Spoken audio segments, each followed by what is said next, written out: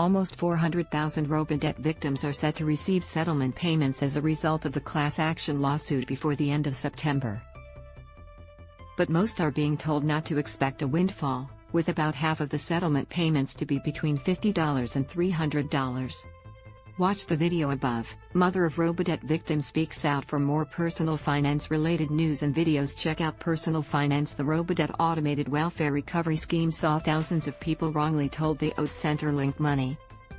About 381,000 people wrongly paid $750 million as a result of the defunct scheme between 2015 and 2019.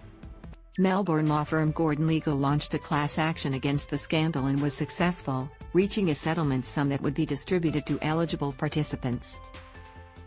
This month, Services Australia, which is the government body overseeing the settlement, announced payments would be distributed by September 30th. That follows repeated delays to the progress of the scheme, which was recently reported as due to be completed by mid-2022. We've finished calculating settlement payments for eligible registered group members of the Robodebt class action. This is also known as the Income Compliance Class Action. A notice on Services Australia's website reads: eligible registered group members will get a letter from September 5, 2022 with the amount of their settlement payment. Everyone should receive their payment by September 30, 2022. It warned, however, that most of the payments would be modest. Most people won't get large amounts of money as a settlement payment. Around half of settlement payments are between $50 and $300. Some eligible group members who only repaid small amounts may get less than $10 as a settlement payment. People who paid back more, or were without their money for longer, will get larger payments. The agreed settlement sum was $112 million, including $10.3 million for Gordon Legal and $101. $7 million for distribution.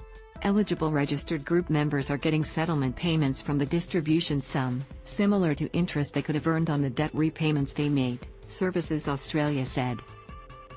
Settlement payments were calculated for all eligible registered group members according to the settlement terms and orders made by the federal court.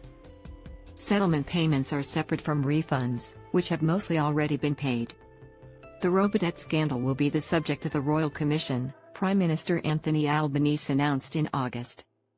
We know that almost 400,000 Australians fell victim to this cruel system.